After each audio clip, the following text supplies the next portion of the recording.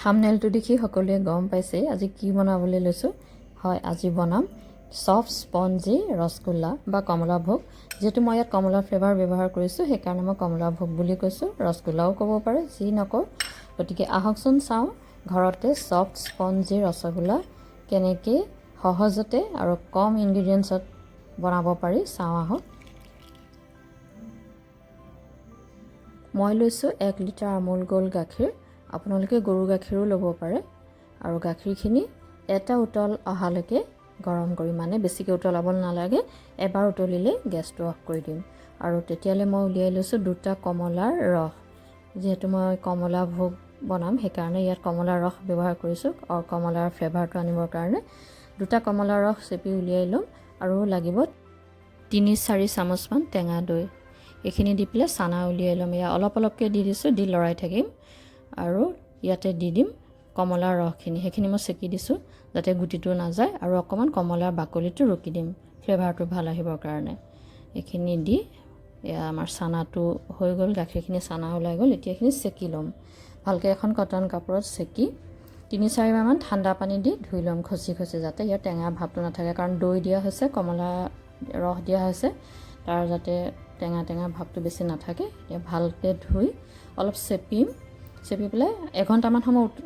মানে উলমাই ৰাখি দিম যাতে এক্সেস পানীখিনি গুচি যায় হেয়া ভালকৈ হাতেৰে চেপি একেবাৰে চেপিব নালাগে যে একদম ফুকান হৈ যোৱাকে অলপ চেপিলেই হ'ব দি পেলাই তাৰপিছত এঘণ্টা উলমাই ৰাখি দিম এনেদৰে টুপুলা কৰি পেলাই প্ৰায় আধা ঘণ্টা 45 মিনিট মান সময় উলমাই ৰাখি দিম যাতে আৰু যিখিনি পানী আছে সেইখিনি গুচি যায় আৰু তেতিয়ালে মই চেনি ৰসটো বনাই লৈছো তাৰ কাৰণে মই 1.5 কাপ চেনি 3 কাপ পানী দি পেলাই ভালদৰে উতলাই লম মানে ৰসটো বনাই লম আৰু একদম ডাঠ কৰিব নালাগে আৰু একেবাৰে পাতলাও হ'ব নালাগে নহলে বেছি ডাঠ হলে ভিতৰলে ৰসটো নুসুমাব আৰু একেবাৰে পাতলা হলেও টেষ্টটো নাহিব তে এটা আঠা আঠা ভাৱটো আহিলে তেতিয়ালৈকে উতলাই পেলাই চেনি ৰসটো বনাই লম আৰু ইয়া আমাৰ সানাখিনি ধুনীয়াকৈ হৈ গল মানে পানীখিনি গুচি গল এতিয়া এখিনি হাতে দি মোহাৰি লম প্ৰায় 10-15 মিনিট মান সময় আৰু ইয়াতে মই আধা চামুচ ময়দা দি দিছো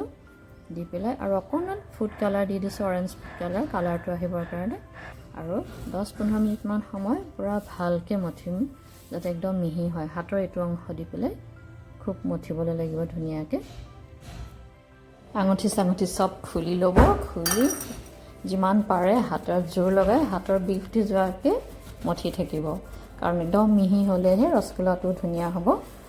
মানে কাৰণ সানাখিনি মিহি নহলে লাডুটো বনাওঁতেনে ফাটি যাব পাৰে ক্ৰেক আহিব পাৰে তেতিয়া ৰসগোল্লাটো যেতিয়া চেনি পানী দিব ফাটি যাব এয়া একদম মিহি হৈ গল এতিয়া সৰু সৰু বল বনা গুটিখিনি সমান সাইজৰ এ দিছে অলপ ক্ৰেক অহা নাই সমান সাইজৰ এনেকৈ বলখিনি বনাই লওঁ এয়া হৈ গল প্ৰায় মোৰ 17-18টা মান হৈ গল 1 লিটাৰ গাখীৰত এতিয়া বলখিনি সুগাৰ সিৰাপত দি দিম আৰু তাৰ আগতে ইয়াতে অকমান কমলাৰ বাকলিটো দি দিছো যাতে ফ্লেভাৰটো আৰু ধুনীয়া আহে যদি আপোনালোকে বেয়া পায় নিদিব আৰু বলখিনি গুটেখিনি দি দিম দি পেলাই অকমান ফুড কালাৰ দি দিম কালাৰটো আৰু ধুনীয়া হ'বৰ কাৰণে দি 5-10 মিনিটৰ কাৰণে ফুল ফ্লেমত উতলিবলৈ দিম মানে ঢাকি থৈ দিম 1-2 মিনিট মানৰ পিছত কমলাৰ বাকলিটো আঁতৰাই দিব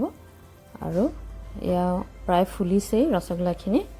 আকৌ ঢাকি থলো তাৰ পাছত এতিয়া এয়া চাওক প্ৰায় 10-15 মিনিটৰ পিছত একদম পুৰা ডাবল সাইজ হৈ গল আৰু ঠাণ্ডা হোৱাৰ পিছত এয়া কমলা ভোগ ৰেডি একদম সফট স্পঞ্জি কমলা ভোগ গতিকে দেখিলে আমিও সহজতে ঘৰতে বজাৰৰ নিচিনা একদম ধুনীয়া ধুনীয়া সফট স্পঞ্জি ৰসগোল্লা বনাব পাৰো মাত্ৰ এই টিপছখিনি ফলো কৰিলে হ'ব আপোনালোকেও চাব আৰু এনেকৈ বনাবলৈ চেষ্টা কৰিব একদম নিশ্চয় ধুনীয়া হ'বই ৰসগোল্লা আৰু যদি মোৰ আজিৰ এই ৰসগোল্লা ৰেচিপিটো চাই ভাল পালে তেতিয়াহলে প্লিজ লাইক শ্বেয়াৰ আৰু সাবস্ক্ৰাইব কৰিবলৈ নাপাহৰিব আৰু আকৌ আহিম এনেকুৱা ধুনীয়া ধুনীয়া ভিডিঅ'লৈ তেতিয়ালৈকে ভালে থাকক কুশলে থাকক ধন্যবাদ